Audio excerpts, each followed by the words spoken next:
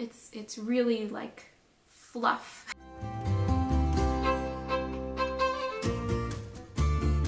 Hello, my name is Bella and welcome back to the 100 Acre Wool Knitting Podcast. This is a podcast where I like to share with you and talk to you about all of the things that I've been making recently, and that is usually knitting related, sometimes some other fiber arts, sewing, and other making things thrown in there. But today is going to be completely about knitting, so if you are interested in that kind of content, stay tuned. First things first, if you would like to see the links to anything that I'm going to be talking about in today's video, all of the information and links to everything will be down in the description below this video, so make sure to check those out if you're interested. Also timestamps to everything, projects I'm going to talk about, yarn, everything like that. Timestamps will be down below as well if you want to see something in particular or rewatch a certain part. So let's just get straight into it. I am very excited about today's episode. I have quite a bit to share with you and update you on. There's a lot of new things happening. It's been a couple of weeks since I've been able to podcast. I've been trying to do every other week or so, but there's been a lot of things that have been happening in a few weeks, so I have a lot to update you on. So first, if you follow me on Instagram, you may have seen a few weeks ago I posted a photo of a pattern that is going to be released very soon. May 6th is when it's going to be released, and it is going to be a cardigan design, and I'm especially excited about this pattern because it is going to be featured in Laine magazine's issue 14 magazine, which is going to be their spring issue. So I've been working on this project for so long, and I'm just so excited to finally be able to share it with you guys. It's been hush-hush under the radar for months since last year, and I'm finally able to share with you that it's coming and it's happening. So yay, I'm very excited about that. I don't actually have the sample in person with me right now. I sent it to Laine in Finland so they could do photos and things with it. But I will put a picture here so that you can see what the cardigan is going to look like, or what the pattern design is. So the pattern is called kusli, and kusli is a Norwegian word which basically means cozy. Depending on who you talk to or who you ask, people will say different things of what the word actually means. I think it's kind of a broad term from what I have heard. I am not Norwegian, but from what I have heard, it generally means cozy, warmth, happy vibes. And I think it also kind of means being cozy and happy with your friends and family. So when I think of kusli, I just imagine, you know, gathering around a fire and playing some games and having some tea or cookies with your family and just having a really cozy, nice time together. So those were the kind of imagery, that was the kind of imagery that I wanted to convey with this cardigan design. So I wanted to make this cardigan design as cozy as I possibly could. It is quite oversized, so when you wear it, it's really cozy and fluffy and warm. It feels like wearing a blanket. And I also used Woolfolk's Luft yarn, which if you have been following me for a while, you may have heard me talk about Woolfolk yarn a little while ago. I love their yarn. It is so high quality and so soft. It's wonderful. So it's a wool cotton blend of a yarn. So it's good for all year round wear, but it is still cozy when you need that cozy warmth. And it's also very fluffy. The way that the yarn is constructed, it's just very warm and cozy to wear. So that is the yarn choice that I decided to go with. But it's basically a bulky yarn, so you could use any sort of a bulky yarn for that pattern. So yeah, I'm very excited about it. It's going to be coming out May 6th is the published date for Laine 14, and there's going to be 9 other patterns as well as articles and recipes and a bunch of other goodness in that magazine. I highly recommend picking it up. I love Laine magazine, so yes, I would highly recommend that. If you would like to pre-order it, they do have pre-orders open right now. I will link to that down below, so you can check out the other patterns as well. This is their spring-summer issue, so I'm not sure all of the patterns yet that are in it. I have seen a couple. Laine on their Instagram page, they've posted a few like sneak peek shots of some of the other designs. But this one, my cardigan may be the only sweater in it, I'm not sure. But I know there are shawl patterns and really beautiful tees.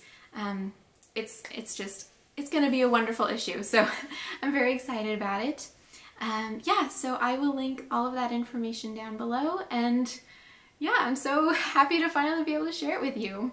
So next, I have a finished object to share with you. I am wearing it right now.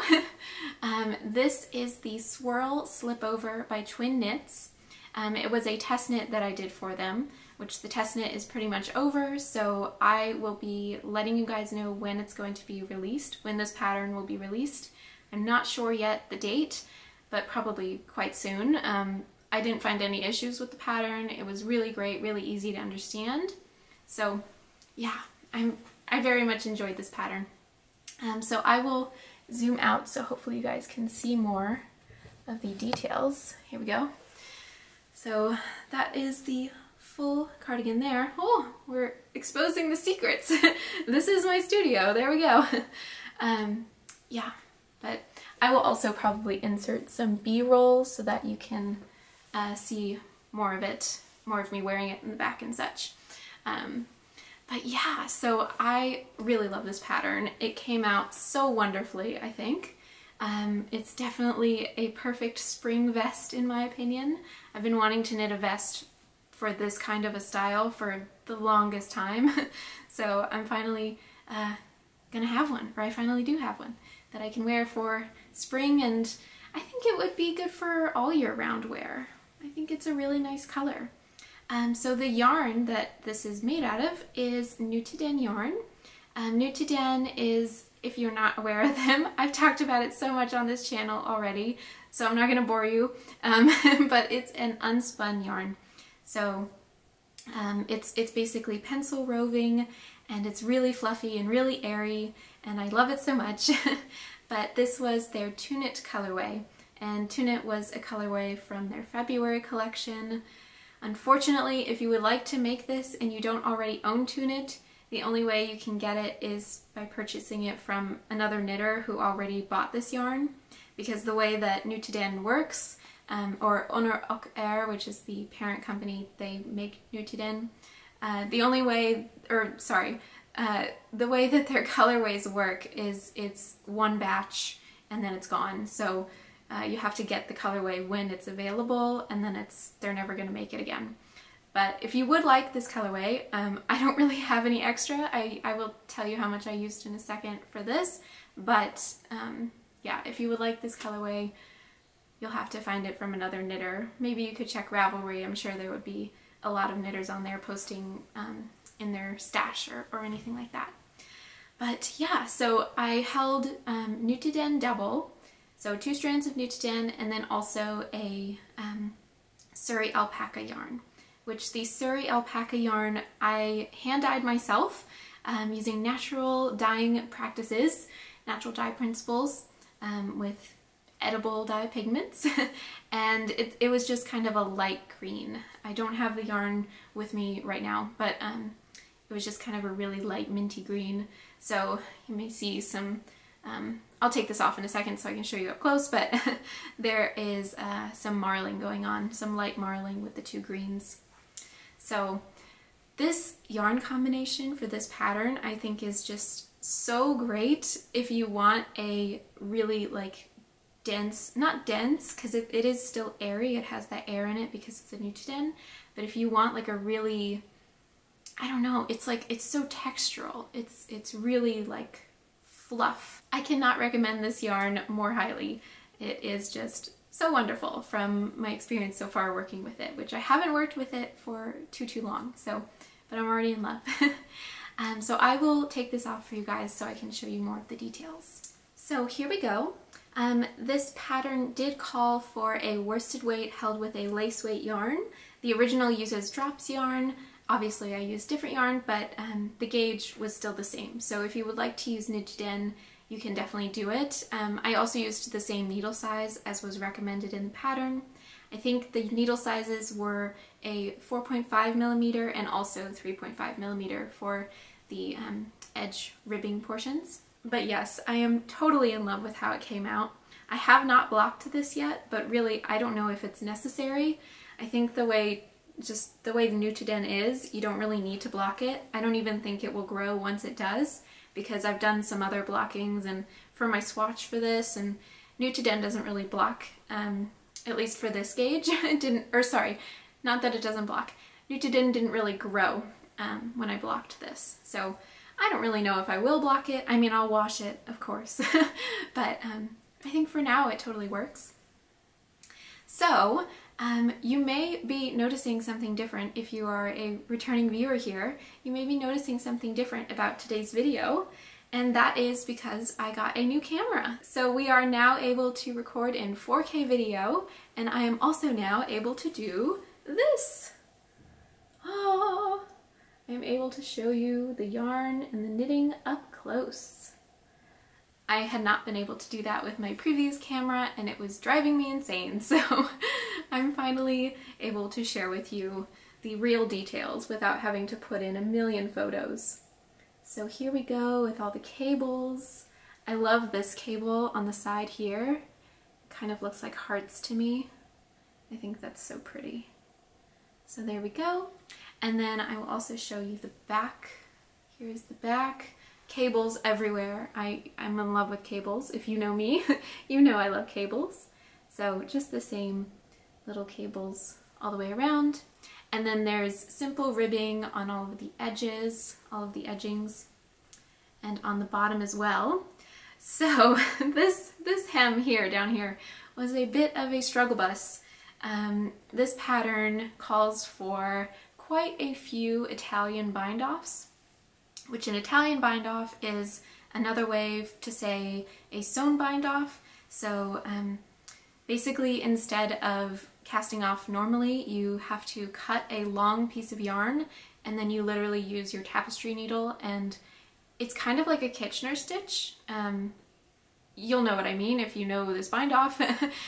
It's kind of like a Kitchener stitch, but you have to sew through every single stitch on your needles to cast it off, which that's what the pattern called for all of the edges, except for the top here. So this one is a folded over, I think that's what it's called, a folded over hem or edging. So this one you just knit like double length, and then you fold it inwards, and then you sew it or cast it off with some stitches down here. So it's a really easy technique. This wasn't hard. It didn't take me very long. So that one was fine. That one was not a struggle bus. But for the Italian bind-offs, for the sewn bind-offs, I got a little bit frustrated with this one. It was only because I was using Nutiden. I've done Italian bind-offs and Kitchener stitches plenty of times before, and it's not a problem if you're using normal spun yarn. But with Nutiden, since it's unspun and it drafts so easily, so it just wants to break if you pull it, it was really hard to get this to work. Yeah, so I will show you up close what that looks like. So this is an Italian bind-off. So you can see the ribbing kind of just disappears into nothing instead of having that ridge like a normal cast-off does. Maybe you can see there. So it just kind of disappears into nothing, and it like continues the ribbing all the way around. So it's a beautiful finish. If you would like to do that, if you would like to spend the time to do that kind of a finishing. But for Nutiden, it was hard. So what I kept running into was that I was drafting the Nutiden yarn as I was trying to pull it through each stitch. So in order to kind of combat that, I was trying to felt the yarn a little bit. So I would get it a little wet. The Nutiden, both yarns, the two strands of Nutiden, I would get those wet and then just like rub them between my hands all the way down. The length of yarn that I cut was like 5 times as long, or 5 times the length of how wide this is. So it was a lot of yarn that I was trying to felt, and then it still didn't work. It kept drafting. No matter what I would do, it kept drafting. And I didn't want to actually spin it because I didn't want it to look completely different. I didn't want the nature of the yarn to look totally different only on the cast off edge. So it just took a long time. What I ended up doing was just pulling very close to where the stitch is. So that seems to be the trick with Nutiden. If you have to pull it for some reason, you want to pull it as close to the other end as possible, if that makes sense. So let me get a piece of Nutiden so I can show you what I'm talking about. Here is a different colorway, but hopefully I can kind of demonstrate the technique that I'm talking about. So say this is your working yarn, maybe you can see it there. This is your working yarn, and instead of pulling from like way over here or even longer, you want to pull it, if you have to, if you must, you want to pull it as close to the where it's attached to your knitting, close to it as possible, so that you're still holding on to the same fiber length when you're pulling. So essentially that's what I did for the sewn bind off, and it ended up working. It just takes a lot longer because you can't just like pull, you have to like pull and then pull and then pull. So yeah, it just took a lot longer. And because it took a lot longer, I decided not to do the Italian bind off for all of the edges. So I only did it for the hems at the bottom here. I am glad that I did. I think it looks beautiful, but just to make things go a little faster, I decided to do a regular bind off for the armholes. So you can see here, this is how it compares. This is the regular bind off. There we go. That's how a regular bind off looks. So it kind of truncates the ribbing, and then compared to the sewn bind off, maybe I can get both in there for you. So there we go. Sewn bind off, wait, sewn bind off, and then the original bind off, or normal bind off. So yeah, that's a little tip for you if you would like to do a sewn bind off with Nutiden. And you may notice the top here, it looks a lot puffier than the other ribbing sections. And that is because I messed up. I was going so quickly or not that I was going so quickly, but I was just like in the groove of working on this, and I was just like having so much fun, and I forgot to check the pattern, and you know, it said to change needle sizes. So I didn't see that, and I ended up using the body needle size for the ribbing here, which you weren't supposed to do. You were supposed to use the smaller needle size for this portion here. So it turned out quite a bit poofier, quite a bit puffier. I'm not hating it though. I'm really not. Let me know what you guys think. I already took it off, but you can go back and see what it looked like when I was wearing it. Let me know what your opinion is, because I'm not hating it. I don't know if I want to rip it back or if I can just leave it the way it is, because it doesn't look too different from the other ones in my opinion. I don't know. I like it. So let me know what you think on that one. But yeah, so this was a very fun pattern. Also about the cables. This is a lot of cabling. So a little tip on that, I did not actually use a cable needle for this. I did a cabling without a cable needle technique, which I actually do have a tutorial for that on this YouTube channel. I will link it up above somewhere. And you can check that out if you have never done cabling without a cable needle. It is very easy, very simple. Once you get the hang of it, and once you kind of understand the technique of what you're doing, it's really easy. You can totally do it. And you can do it for any cable size. So I did it for all the cables on this pattern. There's some cables that are quite large, like you're crossing quite a few stitches over each other. I think the largest one, oh no, it's only 3. The largest one, the largest cross is only 3 stitches. But since it's a large gauge and it's fluffy yarn, it's kind of big. But anyways, you can do it for any of the cables here. You can do that without using a cable needle. So check that out if you would like to. And yeah, another little detail I wanted to note. One of the things that drew me to this pattern is this gorgeous little detail at the top. Do you see this? How the edging just like flows so seamlessly into the cables here, and it kind of looks like a V-neck a little bit. I love that. Right there at the top. Thought that was so beautiful. So yes, I will let you guys know on Instagram when this pattern will be released, and I will also link it down below once that is available. But yeah, Swirl Slipover by Twinknits.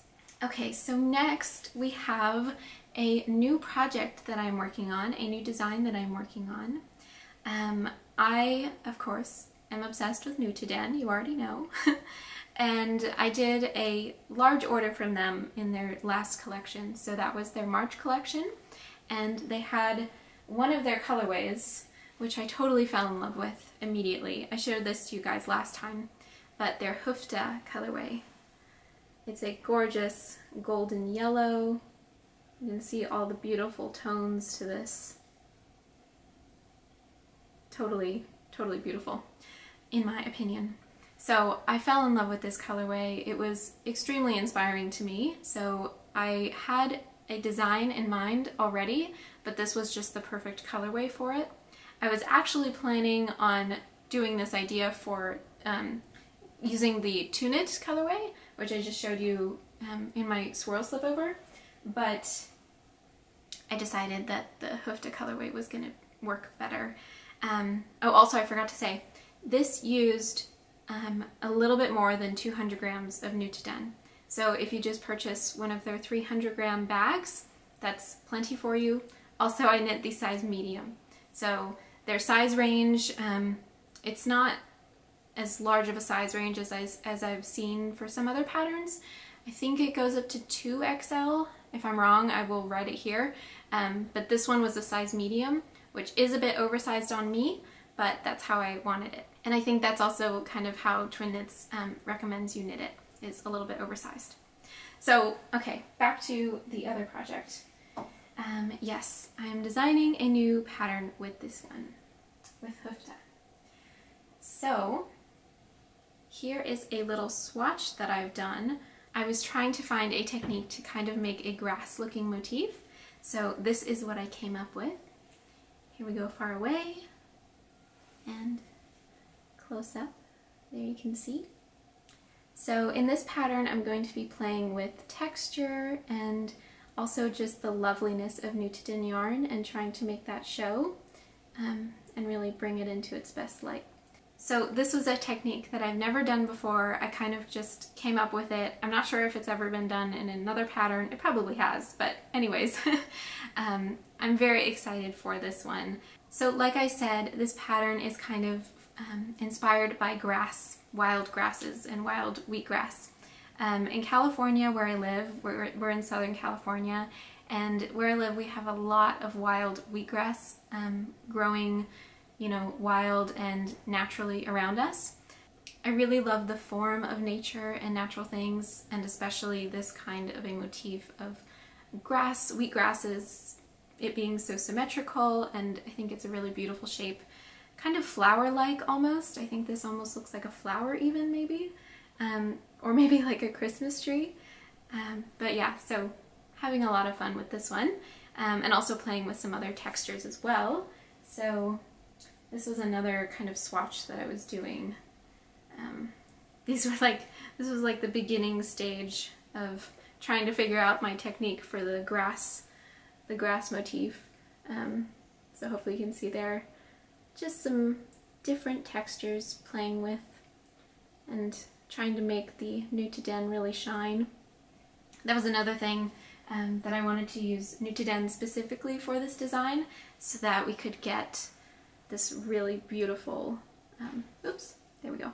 So we could get this really beautiful stranding going. Because I think if it was spun yarn, it wouldn't look quite as striking, in my opinion. And also just the fluffiness of Nutiden, it just fills out all the cracks, and it's beautiful. It doesn't have to be Nutiden specifically, could be Plotalopi or another unspun yarn as well. And then this is how it looks just in stockinette. So gorgeous colors, love it so much. And this one has been blocked, this swatch, and then also the other one. This one has been blocked, and it just evens everything out It's kind of drapey, I guess. Yeah, that's pretty drapey.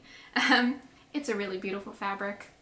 Very soft and very airy and light. This weighs absolutely nothing. So I'm very excited for that project.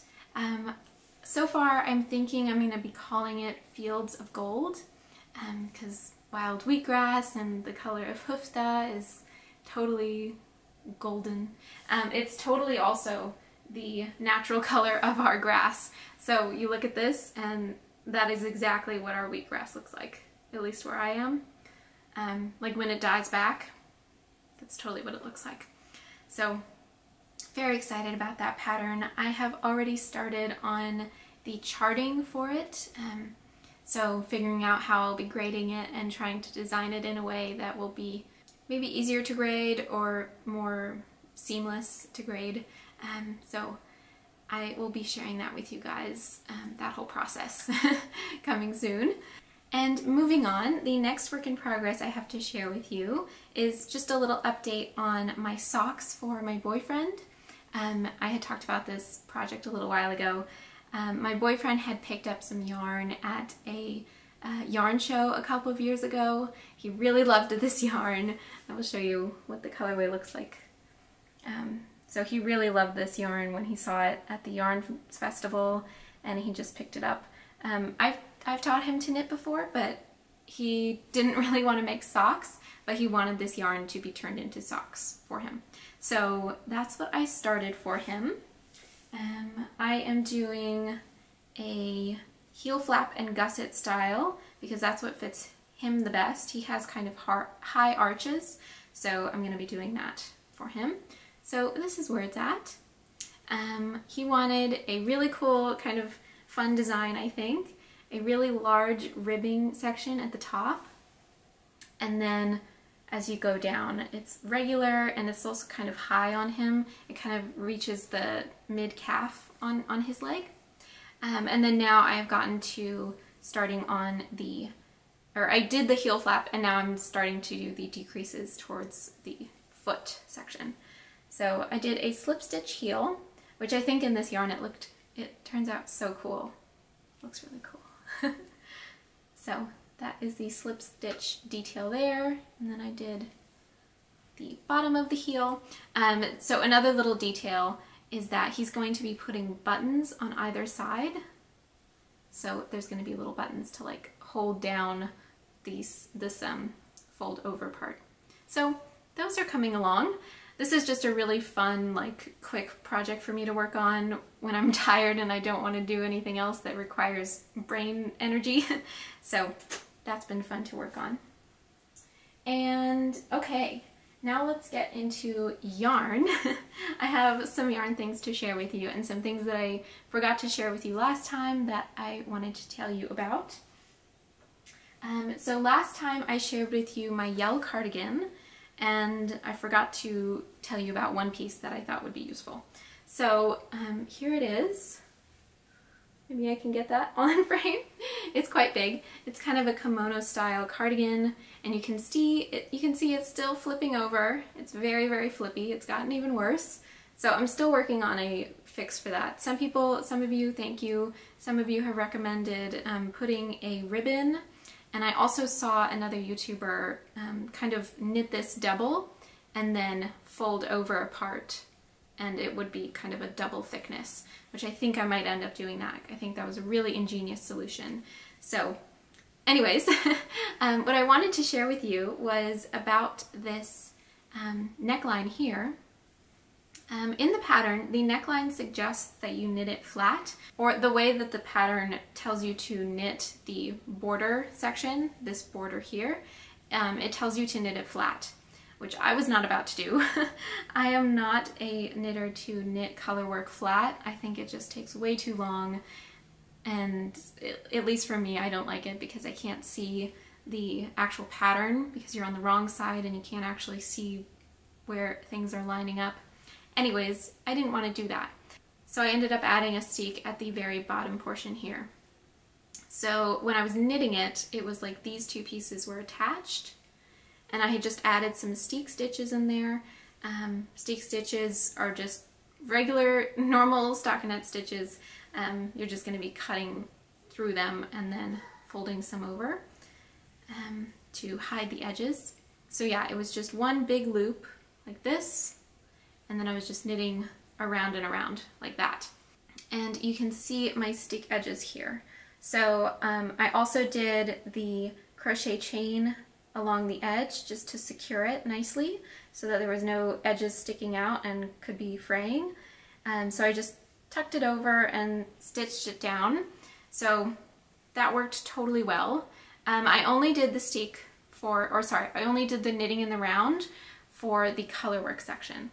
So for the moss stitch border here, I did not do the sticking portion because it's not necessary. You can knit that part flat. But yeah, so if you're gonna knit this pattern, I would recommend sticking the button band, or it's not a button band, but I would recommend knitting the edging in the round, so it'll make your life easier if you are one of those knitters like me that don't like to knit colorwork flat. So that was one thing. And then the next thing that I forgot to share with you last time was another little knitted in goodie that came in my package when I ordered that knitted in March. So I wanted to share with you. These are called the Pisling Posa, which unfortunately you can only get if you're a Patreon member. But essentially what these are is color changes or tests that they have done. So this yarn is a little package that they put together whenever they have enough.